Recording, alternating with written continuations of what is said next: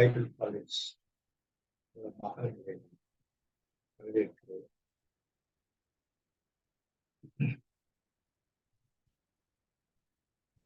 கிறிஸ்தவ கல்வித்துறை அப்படின்னு ஒவ்வொரு பேராயங்களுடையும் இந்த கிறிஸ்தவ கல்வித்துறை அப்படின்னு ஒவ்வொரு பேராயத்திலே இருக்கும். அந்த பேராயம் என்ன பண்ணுனாக்க திருச்சபைகளை கண்காணிக்கும். எப்படி கண்காணிப்புன்னா, கிறிஸ்தவ கல்வியை கொடுத்து அவங்க எப்படி நடக்கிறார்களா என்று சொல்லி பாருங்க. இது ரோம கத்தோலிக்க திருச்சபையில உண்டு. திருச்சபையில் இருக்கின்ற அந்த மேய்ப்பர்கள் ஃபாதர்ஸ் அது எந்த அளவுக்கு அதை ஃபாலோ பண்றாங்கன்றதுதான் பிரச்சனை. மற்ற அவங்களுக்கு நல்ல மெட்டீரியல்ஸ் அதை இம்ப்ளிமெண்ட் பண்ணவும் செய்யறாங்க. ஆனா பிரச்சனை என்னன்னாக்க அது சரியானபடி பேக்கப் பண்றது இல்லை. அதுதான் அந்த பிரச்சனை. சரி, நாம ஏற்கனவே அந்த பாடத்துக்கு வந்துருக்கு. இன்னைக்கு வந்துச்சு நம்ம பார்க்கிற முக்கியமானது வந்து பகுதி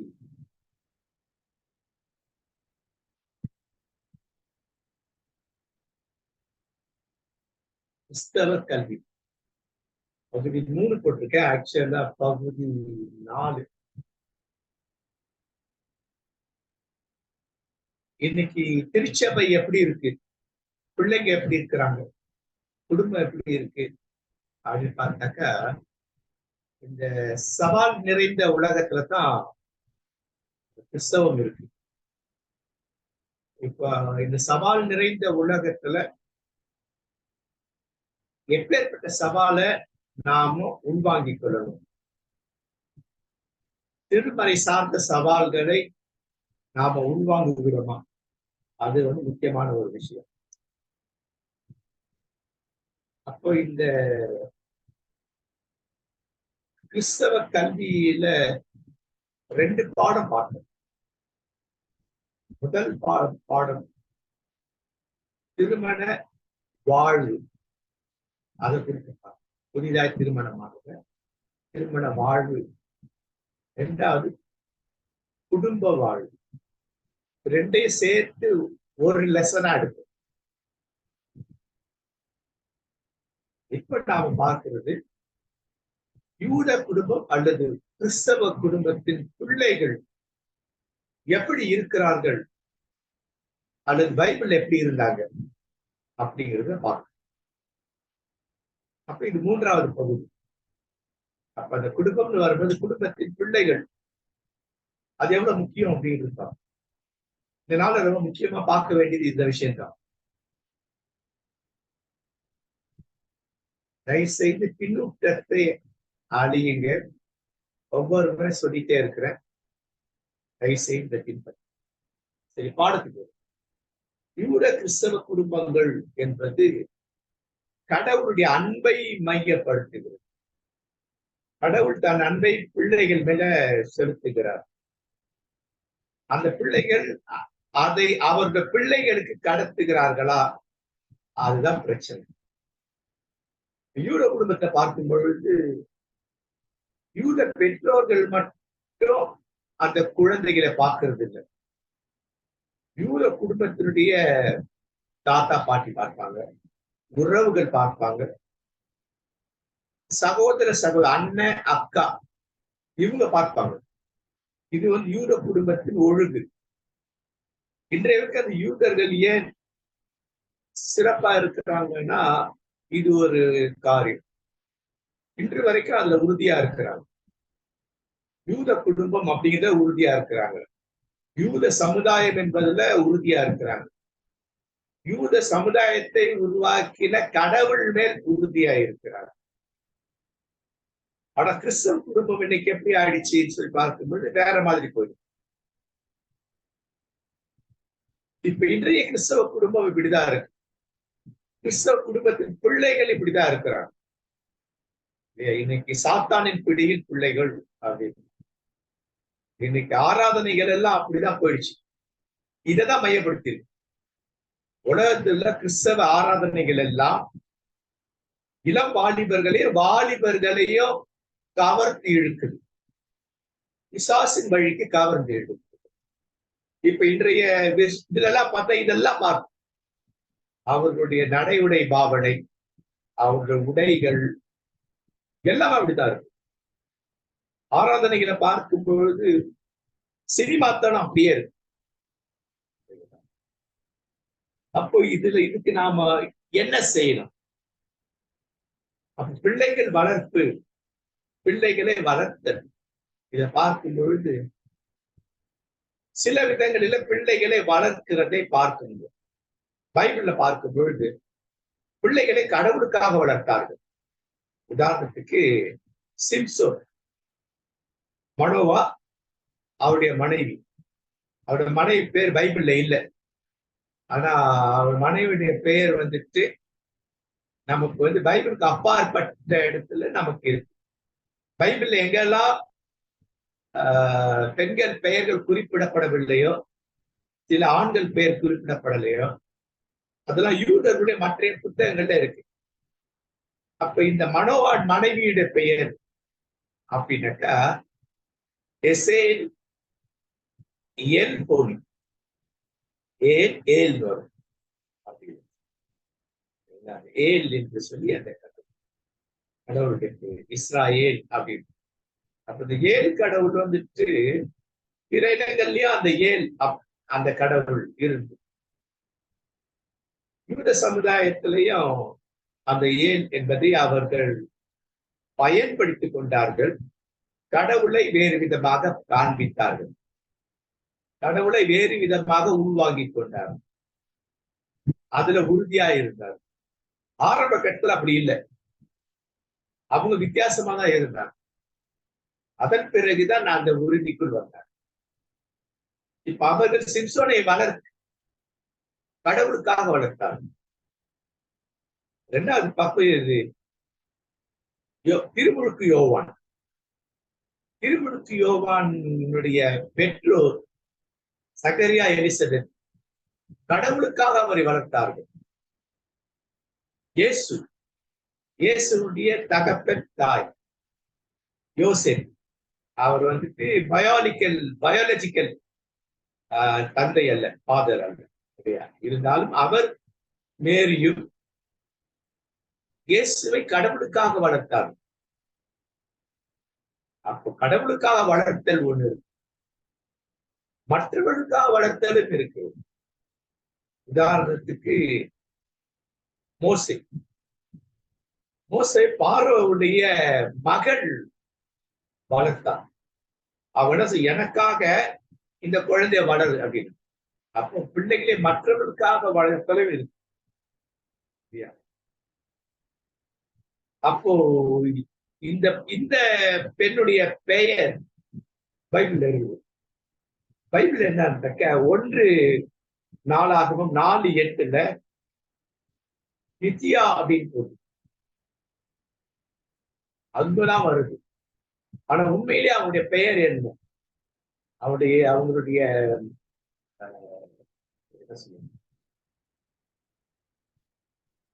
அந்த தேச பாரோவுடைய அந்த வம்சத்துல வைக்கிற பெயர் என்ன அப்படின்னா எர்மோத்திஸ்.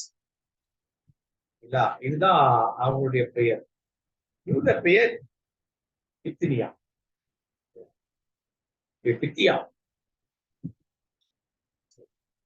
அடுத்தது மூன்றாவது, கிறிஸ்தவ குடும்பத்தில் உள்ள பிள்ளைகளாக இருக்க வளர்த்தார்கள். இவங்க கிறிஸ்துவை விரும்பும் பிள்ளைகளாக. அதே போல யூதர்களே அது உண்டு. யூதத்துல கடவுளுக்காக வளர்த்தார்கள், யூத சமுதாயத்துக்காக வளர்த்தார்கள். இப்ப ஆரம்ப கால கிறிஸ்தவத்துல பார்க்கும் பொழுது பிள்ளைகளை கிறிஸ்தவ பிள்ளைகளாக வளர்த்தார்கள்.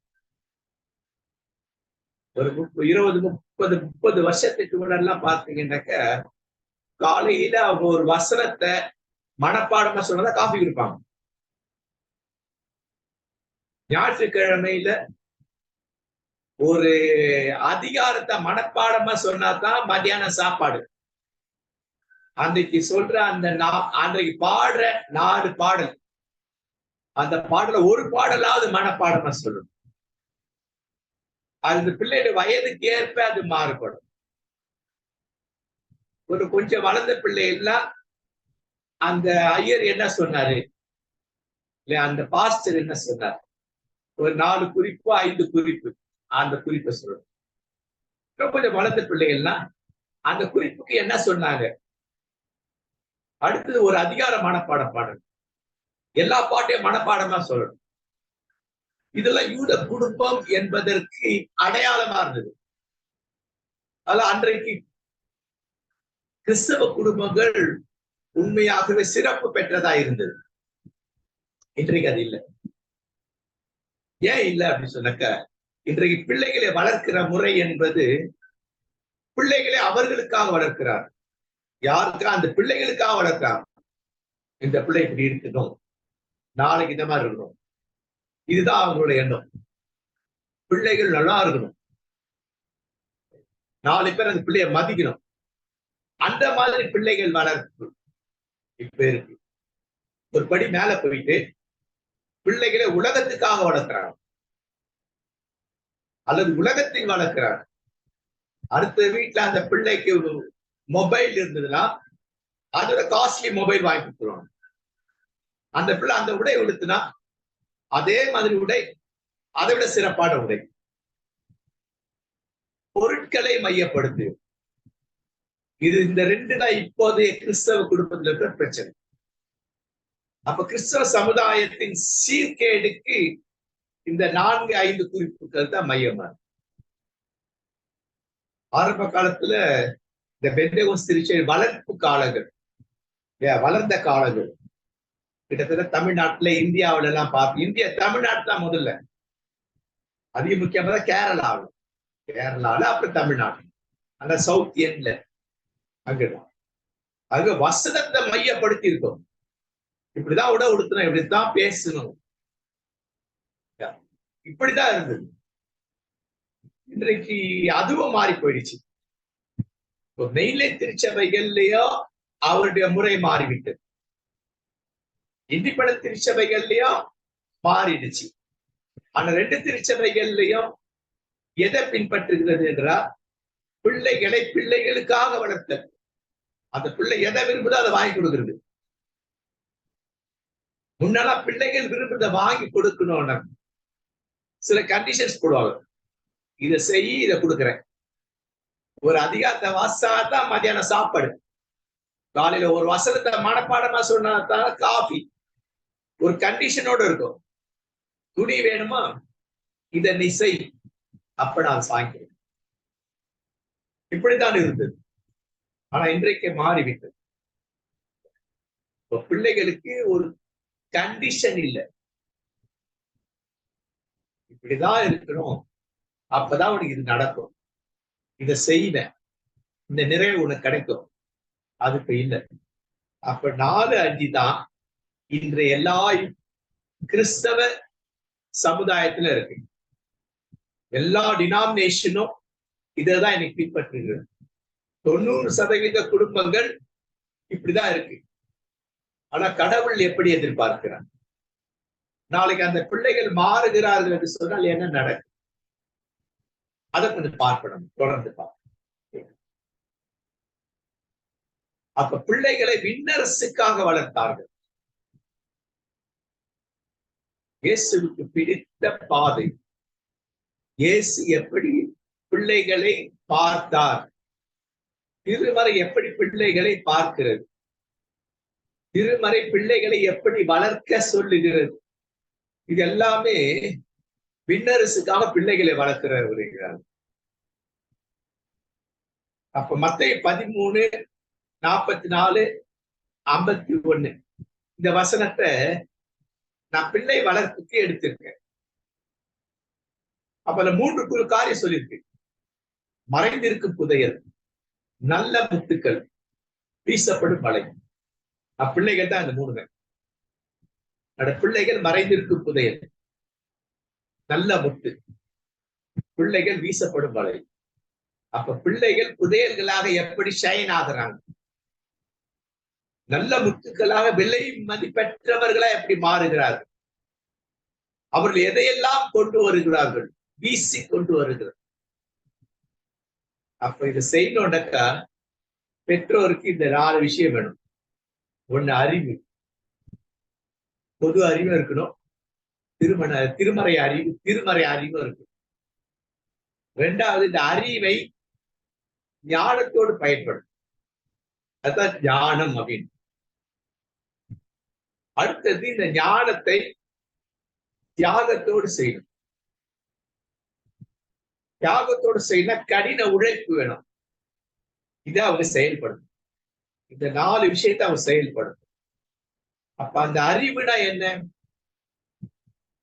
கிறிஸ்தவ கல்வி என்கின்ற அறிவு இருக்கு, பிள்ளைகளுக்கு இருக்கணும். குடும்பத்துல பெரியவர்களுக்கு இருக்கணும். பெரியவர்களுக்கு அடுத்த நிலையில் இருக்கிறவர்கள் இவங்க பிள்ளைகளுக்கு சொல்லிக் கொடுக்கும். குடும்பத்துல, திருச்சபையில ஞாயிறு பள்ளி, ஓய்வு நாள் பள்ளி எல்லாருக்கு தப்பா சொல்றாங்க. ஓய்வு நாள்னா சனிக்கிழமை தான். ஞாயிறு பள்ளியில இருந்து இளம் வாலிபர் வேதாகம் ஐக்கியம், teen Bible fellowship, youth Bible fellowship, வாலிபர் வேதாகம ஐக்கியத்துல, பெண்கள் ஐக்கியத்துல, ஆண்கள் ஐக்கியத்துல, வயோதிபர் ஐக்கியத்துல, இப்படி எல்லா இடத்துலயுமே இந்த அறிவு இருக்கணும், இந்த கல்வி இருக்கணும். இந்த கல்வியை ஞானத்தோட சொல்லிக் கொடுக்கணும். எது ஞானம் அப்படின்னாக்க ஒரே இடத்துல எல்லாரும் உட்கார்றது. இங்க சண்டே நடக்க, அங்க யூத் நடக்க, அங்க டீன் பைபிள் ஃபெலோஷிப் நடக்க, யூத் ஃபெலோஷிப் நடக்க, அப்படி இல்லை. யாரும் டிஸ்டர்ப் ஆகாதபடி ஒரு ஆசிரியர் சொல்லுவதை, ஒரு தலைவர் சொல்லுவதை அந்த பிள்ளைகள் ரொம்ப கிளியரா உள்வாங்கிக்கணும். அதுக்கேற்ற சூழல்கள் இருக்கணும். அதை அமைக்கிறதுக்கு தான் ஞானம். திருமறை வசனங்களை ஞானமாய் புகுதித்த இதை செய்யணும்னா தியாகம் செய்யணும். அவங்க படிக்கணும். உதாரணத்துக்கு நம்ம என்ன தியாகம் பண்றோம்? நான் செவ்வாய்க்கிழமை பண்ண நமக்குன்னு ஒதுக்கிறேன் நேரம். நீங்களும் நிறைய பேர் ஒதுக்குறீங்க. ஒதுக்க முடியலனாக்க யூடியூப்ல பாக்குறீங்க, அது ஒரு தியாகம். பிடிஎஃப் படிக்கிறீங்க, அது ஒரு தியாகம். அதற்கு நேரத்தை செலவு செய்யறது. அப்ப இந்த தியாகம் ரொம்ப முக்கியம். தியாகத்துக்கு கடின உழைப்பு இருக்கணும். அப்ப நேரத்தை செலவிடணும். இந்த நேரத்துக்குலாம் நான் வீட்டுக்கு போயிடணும் நான் நினைக்கிறேன். இன்னைக்கு எங்க வேற என்ன கிளாஸ் இருந்தா கூட அங்கிருந்து வீட்டுக்கு வர நேரத்தை பொறுப்பெடுத்துக்கணும். சோ இதெல்லாம் கடின உழைப்பு. பிள்ளை வளர்ப்பு என்பது இந்த நாளை உள்ளடக்கியது. கிறிஸ்தவ கல்வியை போதிப்பது என்பது இந்த 4 உள்ளடக்கியது. அப்ப இது என்ன சொல்லுது? மறைந்திருக்கும் புதையல். குழந்தைகள் இப்பதான் மறைந்து இருக்கிறார்கள், சிறு வயதில் இருக்கிறார்கள். குழந்தைகள்ல இருந்து அவங்க வளர்றாங்க. அதை ஒரு நல்ல புதையலா வெளியில கொண்டு வரணும். அப்போ கிறிஸ்துவை வெளியில் கொண்டு வருவது, கிறிஸ்துவோடு அவர்கள் பயணிப்பது, கிறிஸ்துவோடு அவர்கள் தங்களுடைய விளக்க உயர்த்தி பிடிப்பது, உலகத்துக்கு வெளிச்சம் காட்டுவது. அப்ப மறைந்திருக்கும் புதையல் வெளிப்படுத்தப்படும் புதையல், கிறிஸ்தவன் பிள்ளைகளாக வெளிப்படுத்துவது. அதுதான் விண்ணரசுக்கு ஒப்பு. 2வது, பிள்ளைகள் எப்படி விலை உயர்ந்த முத்து. அந்த முத்தை அவங்க உரிமை ஆக்கணும்னாக்க தனக்குள்ளதெல்லாம் விற்கணும். தனக்குள்ளதை தியாகம் செய்யணும். விற்கிறதுதான் தியாகம் செய்யறது. காலையில அந்த பிள்ளைகளுக்கு நேரத்தை செலவு பண்ணும். அவங்க படிக்கிறாங்களான்னு பார்க்கணும். உலக படிப்பை பார்க்கிறோம்ல, கிறிஸ்துவ படிப்பை பார்க்கிறோமா? ஒரு வசனத்தை மனப்பாடம் பண்ண சொல்றாங்க. கொஞ்சம் பெரிய பிள்ளைக்கு மனப்பாடம் பண்ண வசனத்துக்கு என்ன அர்த்தம்னு சொல்ல வைக்கிறோமா? இதுதான். அப்ப அவரை நல் முத்துக்களாக மாற்றுவது. அதற்கு நான் தியாகம் செய்தேன். ராத்திரி வந்த உடனே இல்ல சாயந்தரம் வந்த உடனே அந்த பிள்ளைகளோட நேரத்தை செலவு செய்யறது. இன்றைய நாளை எப்படி கழிச்ச, இந்த நாள்ல உனக்கு என்ன பாசிட்டிவ் நெகட்டிவ், நீ என்னென்ன முடிவுகள் எடுத்த, விளைவுகள் என்ன, அப்ப அவரோட கூட அதை பேசணும். அப்படிதான் நல்முத்துக்களுக்காக தியாகம் செய்தது. அடுத்தது கடலில் வீசப்படும் வலை. இந்த பிள்ளை உலகத்துக்கு போறாங்க. உலகத்துக்கு எதை கொண்டு வருகிறார்கள், எதை தங்களுக்குள்ளாக்குகிறார்கள்? நல்லவைகளை வைத்துக் கொண்டு தீமையாளர்களை எடுக்கிறார்களா? இதுதான்.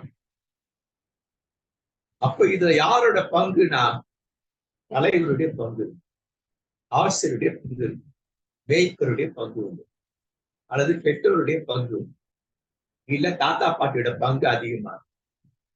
இதுதான். அப்போ விண்ணரசுக்கு உரியவர்களாக இந்த பிள்ளைகள் அப்படி உறுதி நமக்கு ஏற்படும். கிறிஸ்தவ குடும்பத்தில் அந்த உறுதி இருக்குதா அப்படின்னு பார்த்தா இல்ல.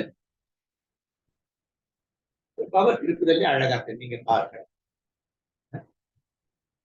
அப்போ ஒரு மன்னிக்கணும், ஒரு மனிதனுடைய வளர்ச்சி எப்படி இருக்கும்னாக்கா மேல் நோக்கி தான் போகணும்.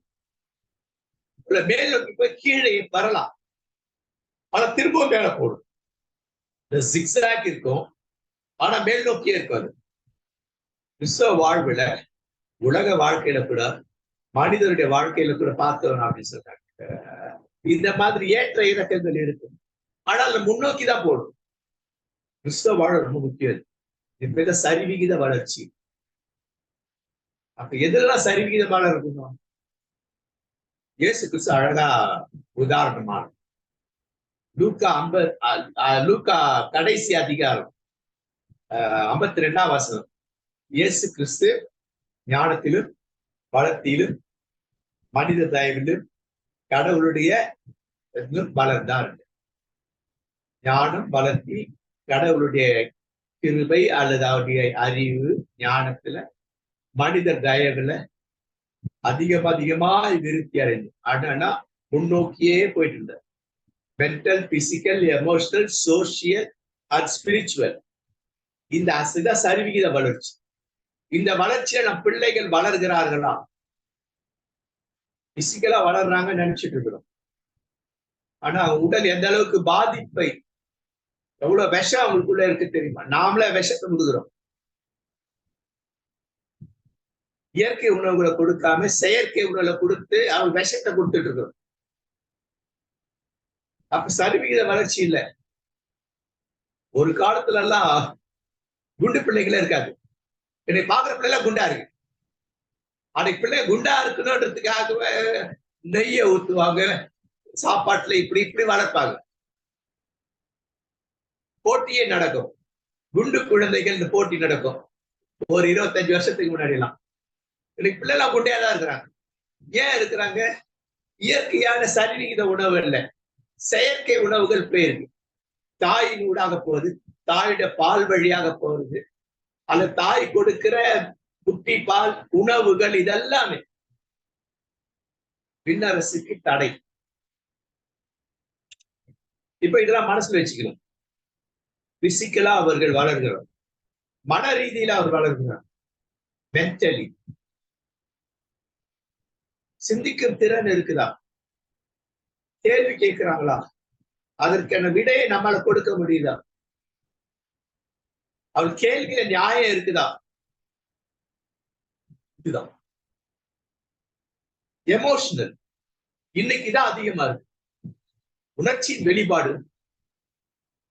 பிள்ளைகளை சமாளிக்க முடியலன்றாங்க. ஏன்னாக்கா அவங்க பேசுற பேச்சு, அவருடைய கோபம் நிறைய சொல்லலாம். இதுக்கு யார் காரணம்? நாம தான் காரணம். பெற்றோர் காரணம், ஆசிரியர்கள் காரணம், திருச்சபை காரணம், தலைவர்கள் காரணம், சோசியல் சமுதாயம். இன்றைய கிறிஸ்தவ பிள்ளைகள் என்று பார்த்தால் மத்தவங்க சொல்லுவாங்க கிறிஸ்தவ பிள்ளைன்னு. கிறிஸ்தவ பிள்ளை இப்படிதான் இருப்பான், நீங்க அப்படி இல்லை. உலகத்து பிள்ளைகளோட உலகத்து பிள்ளைலாம் கலந்து விட்டாரு. வெளி வேஷத்தை மட்டும் நம்ம பார்த்து சொல்றோம். அதை செய்யாத, ஒட்டு வைக்காதன்றோம், அங்க போய் கும்பிடாதன்றோம், அந்த கோயில்கிட்ட போவாதேங்கிறோம். இது முக்கியம் இல்ல. அப்ப எது முக்கியம்னு தெரியும். வெளியில் இருக்கிற அடையாளங்கள் முக்கியம். அது முக்கியமா இருந்தாலும் சரி, அதி முக்கியம் அது கிடையாது. கடவுளை அவர் வெளிப்படுத்துகிறாரா என்பதுதான், இயேசுவை வெளிப்படுத்துகிறார்களா என்பதுதான். அப்ப சமுதாயத்தில், ஆன்மீகத்தில் பயங்கரமா இருக்கு. பிள்ளைகளுடைய வளர்ச்சி, ஆன்மீக வளர்ச்சி என்பது ஒரு 20% கூட இல்லை. ஃபெயில் மார்க்ல இருக்கிறாங்க. அது வாலிப பிள்ளைகள் என்ற பரிதாபம். இன்னைக்கு எல்லாமே வர்ஷிப். வர்ஷிப்னா என்ன? அந்த பாடத்தை நீங்க படிச்சீங்கன்னா தெரியும். பாட்டு பாடுறத நினைக்கிறேன், சினிமா தனமான பாடல்கள், சினிமா தனமான போட்டோகிராபிஸ், இல்ல சினிமா தனமான வீடியோஸ். அப்ப கடவுளுடைய வார்த்தை முக்கியம் இல்ல. வர்ஷிப்ல கடவுளுடைய வார்த்தையே முக்கியம் இல்லை. பாடல் முக்கியம்தான். அன்ற நாள் பாடல் எப்படி இருந்தது, இன்றைக்கு எப்படி இருக்கு? இன்றைக்கு மோசமா இருக்குன்னு சொல்ல வரல, மெஜாரிட்டி நல்லா இல்ல. பிள்ளைகளை அதுக்குள்ளவே இருக்குது. அதே மாதிரி பாட முயற்சி பண்றாங்க, அதே மாதிரி வாசிக்க முயற்சி பண்றாங்க, அதே மாதிரி ஆடுறதுக்கு பெண் பிள்ளைகள் ஆண் பிள்ளைகள் முயற்சி பண்றாங்க. அதற்கு முக்கியத்துவம் கொடுக்குறாங்க. அதே மாதிரி உடை உடுத்த முக்கியத்துவம் கொடுக்குறாங்க. ஒரு ஆராதனைக்கு அப்படின்னாக்க எத்தனை லட்சங்கள் செலவு. இயேசு சொல்றாரு, தலை சாய்க்க இடம் இல்லை. ஆனா இயேசு வந்துட்டு நம்ம மேல அன்பு வச்சிருக்கிறார். தலை சாய்க்க இடம் கொடுக்குறாரு. ஏன் கொடுக்குறாருன்னா, நீ தலை சாய்க்க இன்னொரு தலை சாய்க்க வைன்ற, குறைஞ்சபட்சம் அவனா உன் கூட சேர்த்து தலை சாய்க்கணும். உனக்குள்ளதெல்லாம் வித்து ஏழைகள் கொடு. ஆனா இவங்க வேலைகளை பிடுங்கி லட்சக்கணக்கில் இப்படி செலவு பண்ணிட்டு ஆன்மீகத்தை தாங்களும் இழக்கிறார்கள். அதை பார்க்கிறவர்களை இழக்க செய்கிறார்கள். பெற்றோர்களும் உற்சாகப்படுத்துறாங்க. இன்னைக்கு பெற்றோரும் அந்த மாதிரி சபைக்கு தான் போறாங்க. ஆராதனை பாடலை மையப்படுத்துறது. அப்ப mental, physical, emotional, social, spiritual 5 விஷயத்திலையும் ரேபிடா வளரல. ரேபிட் குரோத் இல்ல, சரிசமமற்ற வளர்ச்சி இன்றைய கிறிஸ்தவத்தில் தான் பார்க்கிறோம். அப்ப இயேசு கிறிஸ்து சொல்றது, இயேசு கிறிஸ்து எதிர்பார்க்கிறது, இயேசு கிறிஸ்து செய்தது, அதான் பவுல் வெளிப்படுத்துற 1 கொரிந்தியர் 14:40. சகலம், அந்த வார்த்தை ரொம்ப முக்கியம். சகலம் 2 விஷயத்தை சொல்றாரு. ஒழுங்கா இருக்கணும், கிரமமா இருக்கணும். ஒழுங்கா இருக்கணும், ஆர்டர். எதை செய்யணும், செகண்ட் எதை செய்யணும், தேர்ட் எதை செய்யணும் அப்படிங்கிற ஒரு ஆர்டர். இயேசு கிறிஸ்து அதான் செஞ்சார், கடவுள் அதான் செஞ்சார். நம்ம அத அடிக்கடி நம்ம பேசுற பகுதி தான். படைப்பின் கதையை பார்க்கும்பொழுது முதல் நாள் மனுஷனை படைக்கல. அப்போ முதல் நாள் எது வேணுமோ, எது 2வது என்ன, 3வது என்ன, 4வது என்ன, 6 முடிச்சிட்டார். 7வது நாள் ஓய்ந்திருந்தார். ஓய்ந்திருந்தாருனாக்கா படுத்து தூங்குறது இல்லை. சிலர் பொங்கல் சாப்பிட்டாங்கன்னாக்கா தூக்கம் வரும். அந்த மாதிரி தூக்கத்தை சொல்ல, தான் படைத்ததை பார்த்து அவர் சந்தோஷமாப்பட்டார். சந்தோஷப்பட்டார்.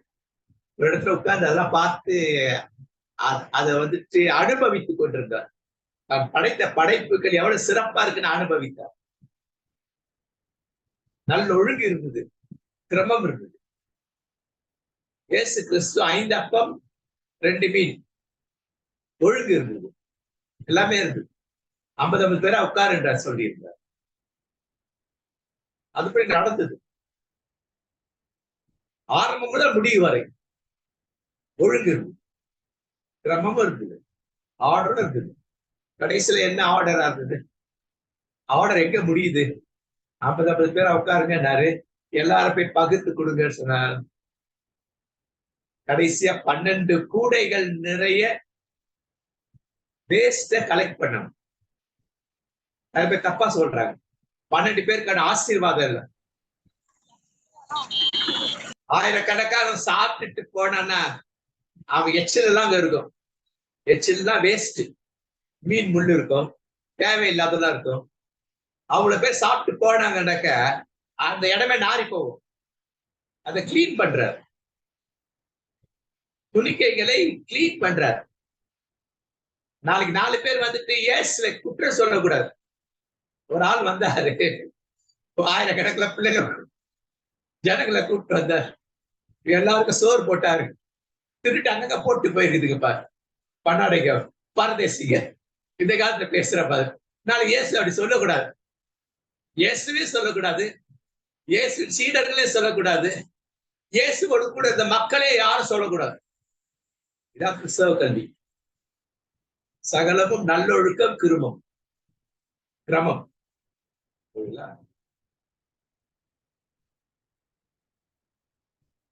திருப்பாடல்கள் நானும் சங்கீதம் போட்டுச்சு. ஆக்சுவலா போடக்கூடாது, புரியணுன்றதுக்காக தான். சங்கீதம்னா இசை, பாடல்கள். அது முதல் சங்கீதம், முதல் பாடல், 2ஆம் பாடல், எனக்கு வரிசையா பாடல்கள் இல்லையா? நான் பழகி போயிடுச்சு. அது திருப்பாடல் 127:3 இருக்கு. பிள்ளைகள் ஆண்டவர் அருளும் செல்வம், மக்கள் பேரு அவர் அளிக்கும் பரிசு. பவர்ல சொல்லி, இதோ பிள்ளைகள் கர்த்தரால் வரும் சுதந்திரம், கற்பத்தின் கனி அவரால் கிடைக்கும் பலன். திருவிழியமா இங்கிலீஷ ஓரளவுக்கு நெருக்கமா இருக்கு. The fruit of the womb is a reward. Reward கொடுக்கிறார். நம்முடைய பிள்ளைகள் நமக்கு ரிவார்டு, கடவுள் நமக்கு ரிவார்டா கொடுக்கிறது, பரிசா கொடுக்கிறார். அப்ப அந்த ரிவார்ட, அந்த பரிசை நம்ம என்ன எப்படி பண்றோம்?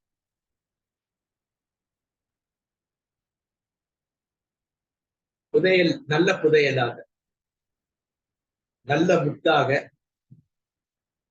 எல்லாவற்றையும் சேகரித்து தேவையற்றதை வைத்துக் கொண்டு தேவையற்ற வெளியே செல்வதற்கு உதவி செய்கிற நல்ல வலையாக, மீன்பிடி வலை அப்படி இருக்கிறோமா? அதுக்குதான் ரிவார்டு. அப்ப அந்த ரிவார்டு என்ன பண்ணும்?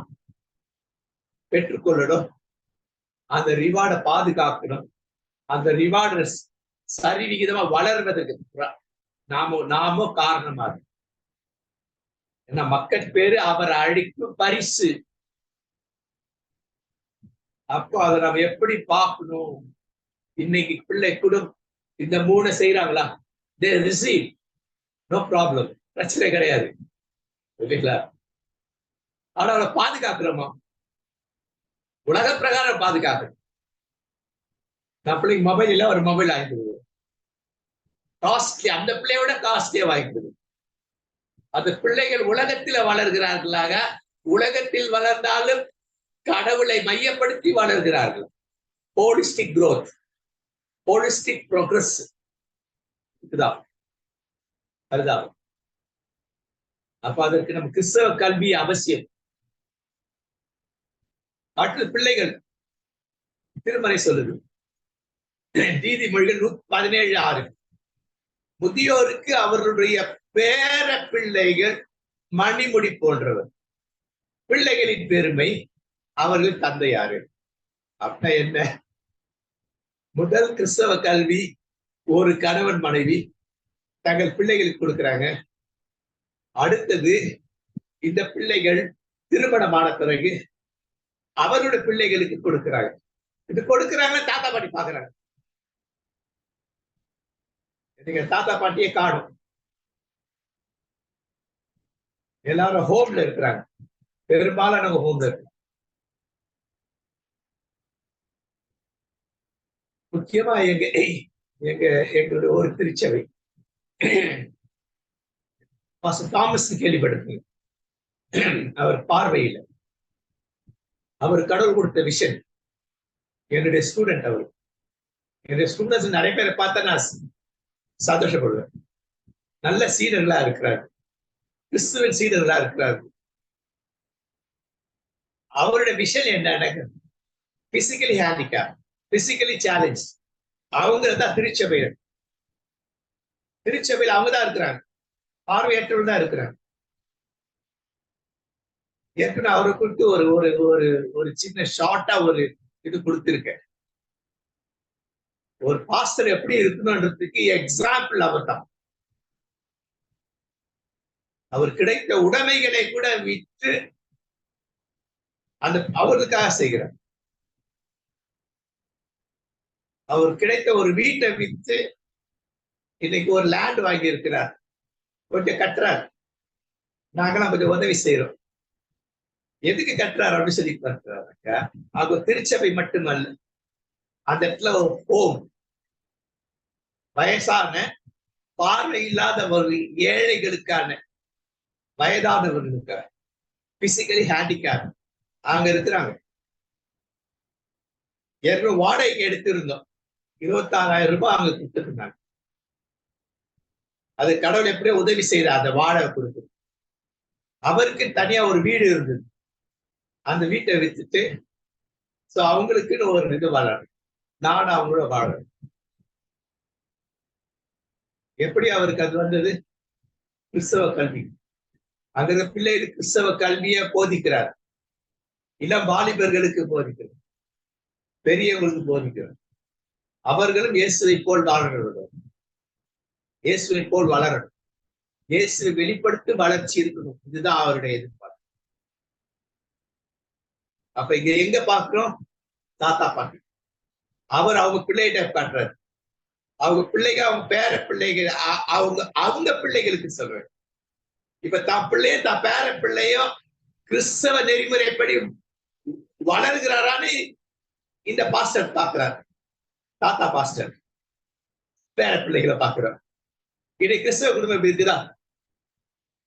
திருச்சபை இப்படி நடக்குதா? அப்போ பேர பிள்ளைகள் முதியோருக்கு கிரீடம். அங்க பாத்தீங்கன்னா ஒரு தாத்தா பாட்டி இருக்காங்க, அது ஃபாரின் இல்லையா, இந்தியன் பிக்சர் கிடைக்கல, அதனால தாத்தா பாட்டி வேணும்னு கிடைச்சு. ஆனா இந்திய பேர பிள்ளை பேத்தி, அது ஆண் வேடம் விட்டுருக்கு.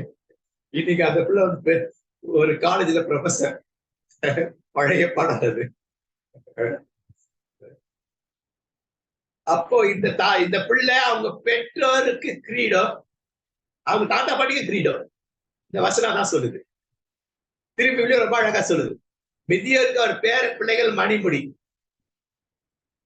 பேர பிள்ளைகள் யார் அப்படி சொன்னப்ப அவங்க அம்மா அப்பாவுக்கு, அவங்க அம்மா அப்பா அப்படி வளர்த்தாங்க. இன்னைக்கு எப்படி இருக்கு? திருச்சபையில் இருக்கிற, கிறிஸ்தவத்துல இருக்கிற நம்ம பிள்ளைகளை பார்த்து அம்மா அப்பா நினைக்கிறாங்க, தாத்தா பாட்டி என்ன நினைக்கிறாங்க, நமக்கு இது நல்ல பொன் கிரீடம் சூட்டும், பரிதாபாது முட்கிரீடத்தை சூட்டும். அம்மா அப்பா கூட ஹோம்ல தருது, அம்மா அப்பா சொல்ற விஷயம் கேட்குது. நீங்க செலவு பண்ணதான் வேஸ்ட், நீங்க தியாகம் எல்லாமே வேணும். கிறிஸ்தவ கல்விக்கு முக்கியத்துவம் கொடுக்கல. இன்னைக்கு பிள்ளைங்க சீர்கட்டு போறாங்கன்னாக்கா இதான். சீர்கட்டத்துக்கு பிறகு இப்படி அழுது பிரயோஜனம் இல்லை. என்னை விட்டுட்டு போயிட்டா, என்னை கண்டுக்கிறதே இல்லை, என்னை கொண்டு போயிட்டு ரோட்ல விட்டான், என் சொத்தெல்லாம் அப்படிக்கிட்டு இப்படி இருக்கிறான். கிறிஸ்தவ குடும்பத்திலையும் நடக்குது. கிறிஸ்தவ கல்வி கொடுக்காததுனால ஏற்படுற மிகப்பெரிய வீழ்ச்சி இதான் பிசாசு. அப்ப கிறிஸ்தவ வாழ்வு என்பது எவ்வளவு முக்கியம் பாருங்க. இந்த கிறிஸ்தவ கல்வி அந்த வாழ்வுக்கு எவ்வளவு முக்கியம்ன்றது தெரியும். ஆரம்பத்துல இருந்தே செஞ்சுட்டு வந்திருந்தாங்க. இந்த நிகழ்வு பெரும்பாலும் நடக்காது, மீறி சில இடத்துல நடக்குது. அது கவுன்சிலிங் அப்படின்னு பார்த்து சரியாகும், சிலர் சரியாகல, ஒரு சிலர். ஆனா மெஜாரிட்டி இப்படிதான் இருக்கு. மெஜாரிட்டி பிள்ளைகள் தங்கள் பெற்றோர்களை இப்படிதான் செய்யறாங்க. பொற்கிரீடத்துக்கு முற்கிரீடத்தை தான் கொடுக்குறாங்க. பிறந்த உடனே பொற்கிரீடம் கொடுக்கும் போது நினைச்சிட்டு இருப்போம். ஆனா பின்னாடி முற்கிரீடத்தை தான் கொடுக்குறாங்க. கிறிஸ்தவ கல்வி எவ்வளவு முக்கியமா. சங்கீதம் 103:17, திருப்பாடல் 103:17. அதுல ஆண்டவரது பிராக்கெட்ல கொடுக்கப்பட்டு நிலையான உறுதியான பேரன்பு அவருக்கு அஞ்சுவோர் மீது என்றென்றைக்கும் இருக்கும். என்னுடைய கருத்து என்னன்னாக்க, பைபிள் இருக்க கர்த்தருக்கு பயப்படுதல், அந்த பயப்படுதல் தூக்கி போட்டுடணும், அன்புன்னு பேச்சுக்கணும். ரொம்ப அழகா இருக்கு அந்த வாசகம். கர்த்தர் இடத்துல அன்பு செய்கிறவர்களுக்கோ அப்படின்னு. கர்த்தருக்கு பயப்படுதல்னாக்கா நம்முடைய கடவுள் வேற மாதிரி இருப்பாரு. கையில கத்தி கப்படாவோட இருக்கிற மாதிரி, நாக்கு தொகை போட்டுக்கிட்டு பல்ல காட்டுற அந்த மாதிரி கடவுள் மாதிரி தான் இருக்கு. அப்ப நம்ம சிந்திக்கணும், இதான் அறிவு, இதை பயன்படுத்த ஞானம். இதுல கூட அப்படிதான் போட்டிருக்கு இல்லைங்களா? அஞ்சுவோருக்கு திருவிவிலியத்துல அவரது நீதியோ அவர்களின் பிள்ளைகளின் பிள்ளைகள் மீதும் இருக்கும். இப்ப நாம செய்யறோம்னாக்கா, நாம கொடுக்கிற கிறிஸ்தவ கல்வி அடுத்த தலைமுறைக்கு அடுத்த தலைமுறை வரைக்கும் போகும். அப்போ ஒவ்வொரு தலைமுறை விரிவாகி கொண்டே போகும். கர்த்தருடைய கிருபையோ அவருக்கு பயந்தவர்கள் மேலும் அவருடைய நீதி அவர்கள் பிள்ளைகளுடைய பிள்ளைகள் மேலும் அனாதியா இருக்கு. அப்ப திரும்ப விழிமா இங்கிலீஷ் கிட்டத்தட்ட நெருக்கமா இருக்க பாருங்க. ஸ்டெட்ஃபாஸ்ட் லவ் அப்படின்னு போட்டிருக்கு. எவர் லாஸ்டிங் டு எவர் லாஸ்டிங். எப்பவுமே இப்படி படிக்கிறதுக்கு கத்துக்கு. பவர் திருப்பதெல்லாம் வச்சுக்குங்க, கண்டிப்பா திரும்பி வச்சு படி, ரெண்டையும் வச்சு படி. அப்போ கிறிஸ்தவ கல்வியோட முக்கியம் என்பது திருமறை நமக்கு போகுது. அதுல ஒரு பகுதி வேகமா பார்த்துடலாம். கடவுளுக்காக வளர்த்த பிள்ளை, நீதி தலைவர்கள், நியாயாதிபதிகள் 13ஆம் அதிகாரத்துல பார்க்கும்போது நாம் ஏற்கனவே பார்த்த படோவா அவருடைய மனைவி, அவங்களை பத்தி ஏற்கனவே பார்க்க. அவன் மனைவி பேரு எனக்கு ஞாபகத்துக்கு வரல, ஏன்னா அதை போய் பார்க்கணும். உங்களுக்கு ஞாபகத்தாக சொல்லுங்க சொல்லுங்க. சரி, என்னோட ஏற்கனவே அதை போட்டுக்கோ. சோ இங்க அவங்க பிள்ளைகள் இல்லை, கர்த்தர் அவன் பரிசு கொடுக்கல, பரிசுக்காக ஏங்கி நிக்கிறாங்க. ஆனா கடவுள்கிட்ட உண்மையா இருந்திருக்கு. அதனாலதான் கடவுள் அறுபது நேக்கம் கடவுளாட்டு நேரா வந்திருக்காரு. என்ன அதாவது தூதர்கள் வந்திருக்காங்க. அது கடவுளுடைய வார்த்தை யார் மூலமாக சுமந்து வரப்பட்டிருக்கு. அவ கடவுளுக்கு ஏற்புடைய குடும்பமா தான் கணவன் மனைவியா இருந்திருக்கு. அப்ப அவருடைய தேவையை கடவுள் நிறைவு செய்கிறார். அவருக்கு ஒரு வாக்கு கொடுக்கிறார். முதல்ல அந்த மனைவிக்கு வாக்கு கொடுக்கிறார். நீ கண்டிப்பா கற்பம் தரிப்பாய், உனக்கு ஒரு குமாரன் கொடுக்கப்படுவார், அந்த பிள்ளை எனக்காக வளரும். என்ன வளர்க்கிற முறைதான் நசரைய விரதம்னாக்கா கடவுளுக்கு ஏற்பட்ட வாழ்வதற்கு ஏற்றபடி இந்த பிள்ளை வளரும். பெலிஸ்தர் கையிலிருந்து இந்த மக்களை விடுதலை ஆக்கணும். அப்ப கடவுளுக்கு ஊழிய செய்யணும். அப்ப கடவுளுக்காக வளர்க்கணும். எப்படி வளர்க்கணும்னு சொல்லி கொடுப்பாங்க. இதுல முக்கியமா பார்க்க வேண்டியது, கணவன் மனைவி பார்க்க வேண்டியது பகிர்ந்து கொள்ளுதல், ஷேரிங். மனசுல மட்டும் வச்சுக்கிறது. என்ன நடக்குதுன்னு பார்க்கும் பொழுது அந்த மனைவி போய் கணவன் கிட்ட விஷயத்த சொல்றார், ஷேர் பண்ணிக்கிறார், பகிர்ந்து கொள்ளுகிறார். கடவுள் எப்படிப்பட்டவர் அப்படின்றது மாதிரி அவங்க பார்க்கிறாங்க. அவருடைய எதிர்பார்ப்பு என்ன? கடவுள் பயங்கரமானவர். ஏன்னா பயப்படுதல் பழைய ஏற்பாடுல வர்றது காரணமே தான். ஏன்னா அவங்க அப்படிதான் சொல்லி வச்சிருக்காங்க. அவர் அன்புள்ளவர்ன்றத ரொம்ப ரொம்ப ரொம்ப ரேரா தான். எங்க அன்பை சொல்றாங்கன்னா, நீ நொடிஞ்சு போயிருந்தீனாக்கு நான் அவனை காப்பாத்துவேன். அங்கதான் கடவுளோட அன்பு வெளிப்படுது. இங்கே வெளிப்படுது. ஏன்னா கஷ்டத்துல இருக்கிறாங்க. அவங்களுக்கு அன்பு வெளிப்படுத்துகிறது. கடவுள் என்னெல்லாம் சொன்னாரோ, தூதர் என்னெல்லாம் சொன்னாரோ, அது அப்படியே மனைவி கிட்ட கணவன்கிட்ட சொல்றாங்க. இதான் அழகு. Beauty is beauty. நல்ல படம் குடும்பம். குடும்பம் இது. இப்போ மனோவாவுக்கு பிரச்சனை. நம்ம குழந்தை இல்ல, குழந்தை கண்டிப்பா இருக்கும். இப்படி எல்லாம் வளர்க்கணும்னு சொல்லிட்டாரு. ஒரு நம்ம மனைவி ஒரு சந்தோஷத்தின் மிகுதியினால கடவுள் ஏதோ சொன்ன ஒன்று ரெண்டை வித்துட்டு இருப்பாங்களோ, அந்த சந்தோஷத்துல மறந்துட்டு இருப்பாங்களோ, நம்ம உறுதிப்படுத்திக்கலாம். இல்ல கடவுள் சொன்னது இது மட்டும் தானா, இன்னும் எக்ஸ்ட்ரா தான் சொல்லி இருக்காரா, இல்ல கடவுள் சொல்லாதது என் மனைவி கூட்டி சேர்த்து சொல்லிட்டாங்களோ. அதனால அவர் வந்துட்டு குடும்பத்துல நல்ல நிலை தலைவர் நல்ல முடிவு எடுக்கிறார். நல்ல ஷேரிங், நல்ல முடிவு. அவர் கடவுள்கிட்ட வேண்டுறார். கடவுளை என்ன பண்றாருன்னா, அவர்கிட்ட பேசுறதுக்கு வர்றாரு. வேற அவர்கிட்ட பேசுறதுக்கு வரல. திரும்பி அவர் மனைவிட்டு தான் வந்து பேச. ஏன் மனைவிட்ட பேசுறாருன்னா, மனைவி சரியாக கணவனோடு கூட வாழ்கிறவர், எல்லாவற்றையும் பகிர்ந்து கொண்டுகிறவர். அவங்க ஒரு ரிவார்டு அது. கடவுள் மனைவிக்கு தான் அப்படி பேச. அப்ப நல்ல மனைவி என்பதை உறுதிப்படுத்துறாங்க. போய் கணவனை போய் சொல்றாங்க, வந்திருக்கிறார் அவரு. அப்போ அவர் கணவன் ஓடி வர்றார் இல்லையா? வந்துட்டு அவரு கடவுள்கிட்ட பேசுறார். அதாவது தூதரோடு பேசுறார், கடவுள்கிட்ட மனிதர்கிட்ட பேசுறார்.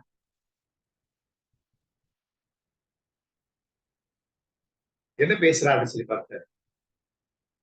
எங்களுக்கு பிறக்க போற குழந்தைக்கு நாங்க என்ன செய்யணும் என்பதை நீங்க கற்றுத்தாரு. இதான் முக்கியம். கற்றுக்கொள்ளுங்க சிந்தை. நீ கற்றுக்கொள்ற சிந்தை இல்லாதனால்தான் பிரச்சனை. எனக்கு எல்லாம் தெரியும், நான் நிறைய படிச்சுட்டேன், நான் எவ்வளவு பெரிய ஆள் தெரியும், நான் எங்கெல்லாம் படிச்சிருக்கேன் தெரியுமா, எவ்வளவு டிகிரிஸ் வாங்கி தெரியுமா. இன்னொரு பக்கம் என்ன சொல்லுவாங்க, எனக்கு அதெல்லாம் தேவையில்லை, ஆவியானவர் சொல்லி கொடுப்பாரு. ரெண்டுமே தப்பு. கடவுள் நேரடியா சொல்லி கொடுக்கும். அவர் வேண்டினார்.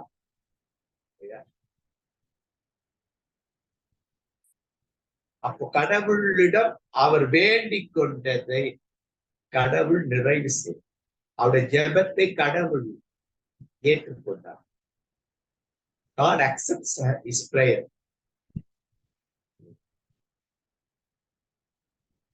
அதுதான் இங்க பார்க்கணும். மனோவாவின் சத்தத்துக்கு செவி கொடுத்தார் பார்க்கிறோம். இதை நான் பார்க்கிறோம். மனோவா சொல்ற இன்னொரு வார்த்தை முக்கியம். உங்களுடைய வார்த்தைகள் நிறைவேறும் பொழுது பையனின் நெறிமுறையும் செயலும் எப்படி இருக்கும் என்று நாங்கள் வளர்க்கிறோம். வளர்ந்துப்ப நாங்கள் எப்படி இருப்போம், அவன் நெறிமுறை எப்படி இருக்கும், செயல் எப்படி இருக்கும். அப்பா சொல்லிட்டார், இவன் தான் வந்துட்டு பெலிஸ்தியர்கிட்ட வந்துட்டு நம்முடைய மக்களை விடுதலை ஆக்குவார், பாதுகாப்பார், பராமரிப்பார், வழிபடுத்துவார். இதுதான். அப்ப எல்லாமே ஒழுங்கா தான் வருது. நல்ல கணவன் மனைவி, பகிர்ந்து கொள்ளும் கடவுள், கடவுள் மேல் அன்பு செலுத்தும் கணவன், கடவுள் அவர் குழந்தை செல்வத்தை கொடுக்கிறார். குழந்தை உருவாவதற்கு முன்னாகவே அவங்க அந்த நசரைய விரதத்தை கடைபிடிக்கிறாங்க. குழந்தை உருவானதும் கடைபிடிக்கிறாங்க. குழந்தை வெளிவந்த பிறகு கடைபிடிக்கிறாங்க. எல்லாம் நல்லா தான் போயிட்டு இருந்தது. கடைசியில பிரச்சனை என்ன அப்படின்னாக்கா, இந்த பிரச்சனையும் நடக்கும். நான் என் பிள்ளை ஒழுங்கா பிள்ளை சரியில்லை. பிள்ளை சரியில்லைன்னா என்ன, எங்கேயோ பெற்றோர் தப்பு பண்ணிட்டாங்க. இந்த 2 பெற்றோர், அப்பா அம்மா 2 பேரும் எங்க தப்பு பண்ணிட்டாங்க. ஏன்னா சரியாவே வளர்த்துட்டாங்க. ஆனா அவ போற பாதைய இவங்க சரியா கடிக்கல. அப்படின்னா என்ன அர்த்தம்? பிள்ளையோட உட்கார்ந்து பேசல. இன்றைய நாள் நிகழ்வு எப்படி இருந்து கேட்கல. இன்னைக்கு ஸ்கூலுக்கு போய் எப்படி இருக்கு, இன்னைக்கு காலேஜுக்கு போய் எப்படி இருக்கு, இன்னைக்கு வேலைக்கு போய் எப்படி இருக்கு, இன்னைக்கு சர்ச்சுக்கு போய் எப்படி இருக்கு, உனக்கு எப்படி பிரயோஜனமா இருக்கு? பிரயோஜனமா இல்லாத எதுனா இருக்குதா? அதுக்கு நீ என்ன முடிவு எடுக்கிற? இதான் தியாகம். நான் முதல்ல பார்ப்போம். அது தியாகம் செய்யலைன்னா அந்த பிரச்சனை வரும். ஃபாலோ அப் இல்லைன்னாக்கா, ஃபாலோ அப் அப்படிங்கிறது தியாகம். சண்டே ஸ்கூல்ல ஃபாலோ அப் இருக்கு, முக்கியம் பிபிஎஸ்ல இருக்கு. 10 நாள் 15 நாள் பாடத்தோட முடியல, அடுத்த வருஷம் அந்த பிள்ளைகள் இல்ல, அடுத்தது வர வரைக்கும் அந்த பிள்ளைகள் எப்படி வாழ்கிறார்கள், ஃபாலோ. அது செய்யாததுனால பெரிய பிரச்சனை. அவளை மாவீரனாக கடவுள் உருவாக்குனார். அந்த உருவாக்குதல்ல கணவன் மனைவி நல்லா செயல்பட்டாங்க. ஆனா மாவீரன் மாவாற்றார். மாவீரன் மாவாற்றார். பரிதாபம் இருக்கு. நல்ல ஆரம்பம், முடிவு பரிதாபம். அங்க யார் கோட்டை விட்டு இருக்கணும்? அம்மா. சில வேலைகள்ல அம்மா அப்பா எவ்வளவுதான் இருந்தாலும் சில பிள்ளைகள் வேற மாதிரி போயிடுறாங்க. அப்போ வேற மாதிரி போறதுக்கு நிறைய பேருடைய கண்கள் ஆகுது பிள்ளை மேல.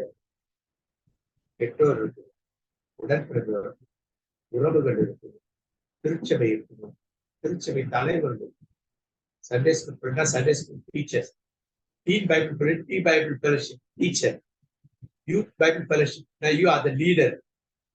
பெண்கள் ஐக்கியம்னா பெண்கள் ஐக்கியம், ஆண்கள் ஐக்கியம்னா ஆண்கள் ஐக்கியம், வயோதிபர் ஐக்கியம்னா வயோதிபர் ஐக்கியம், தலைவர்கள், திருச்சபையிட ஆயர், மேய்ப்பர், இத்தனை பேருடைய கண்களும் இருக்கு. அப்ப கடவுள் விரும்பும் ஒரு விசுவாசி, இல்லைன்னா இறை மகன், இறை மகள் அல்லது இறை மக்கள் இருக்கணும்னாக்க இத்தனை பேர் தேவை. கிறிஸ்தவ கல்வி இருந்தாலும் இத்தனை பேருக்கு அந்த செயின் இருக்கு. It's a chain. லிங்க் அறுத்துட்டே இருக்கும், ஒழுங்கா அறுத்துட்டு இருக்கும், இல்லைன்னா அறுத்துட்டே போயிடும்.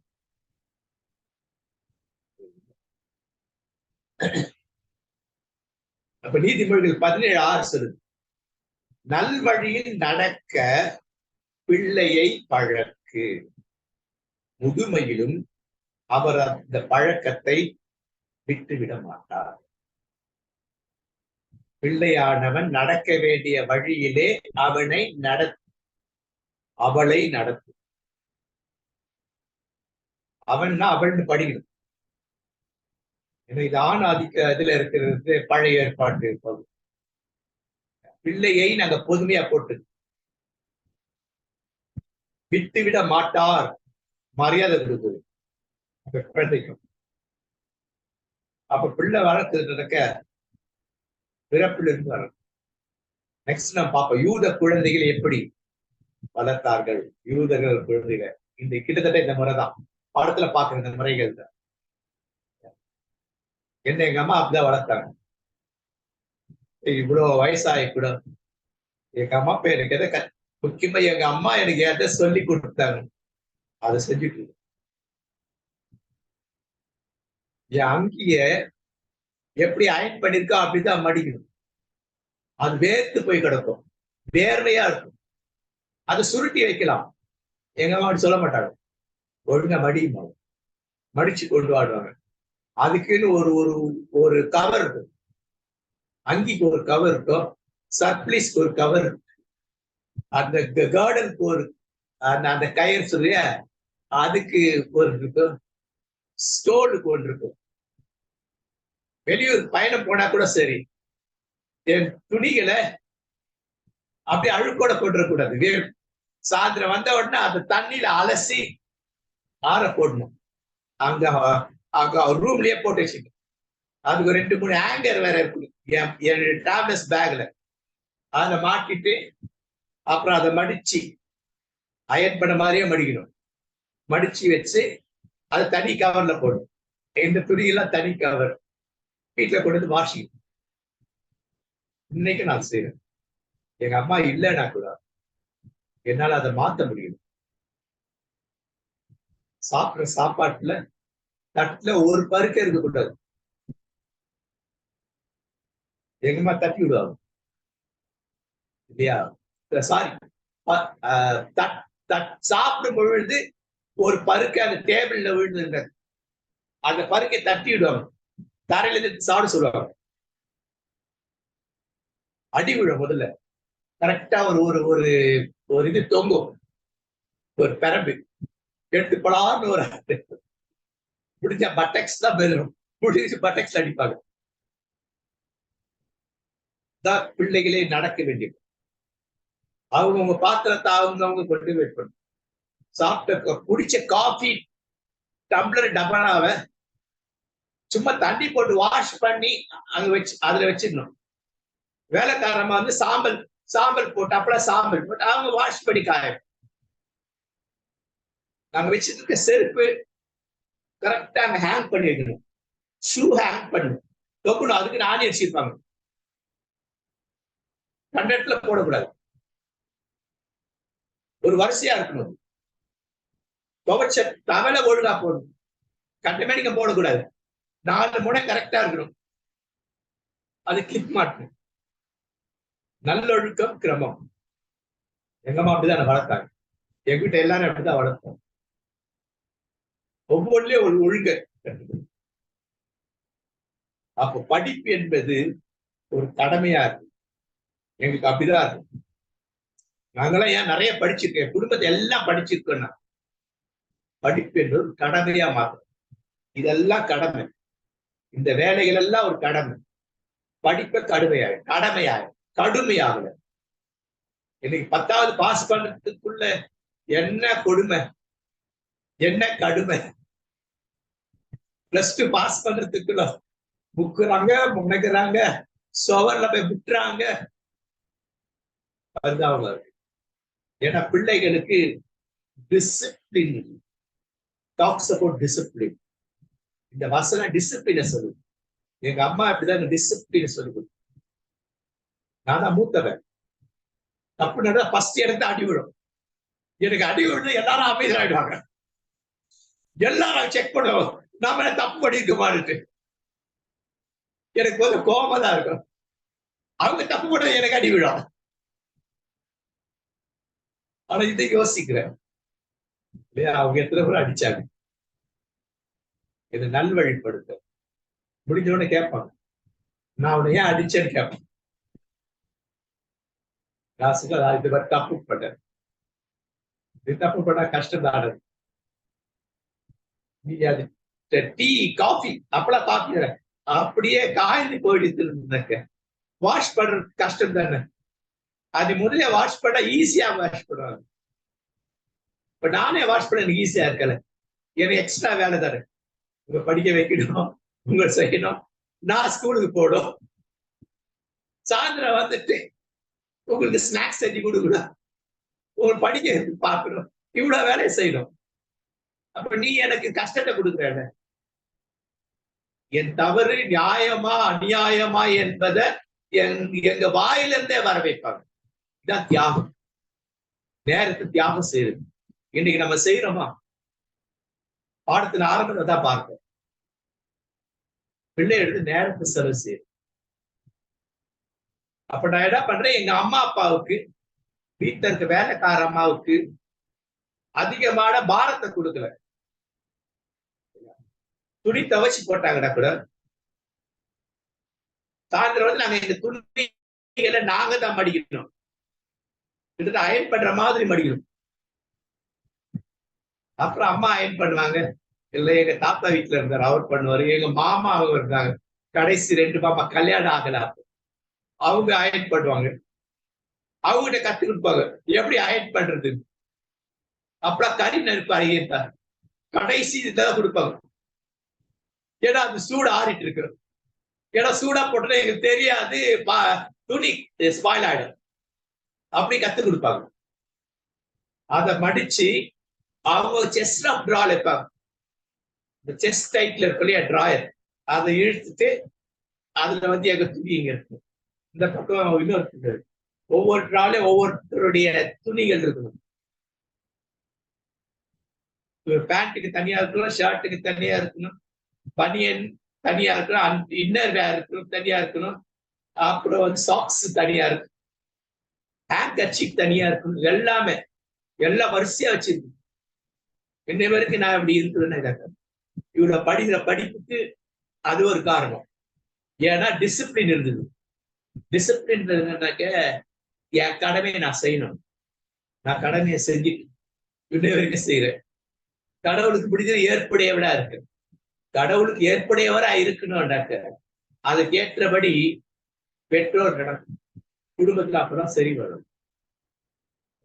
பிள்ளையானவனை இதான் நடத்த வேண்டிய வழி, இப்படிதான் நடக்கும். இதோட முடிச்சுக்கலாம், டைம் ஆயிடும். அடுத்த பகுதி பார்ப்போம்.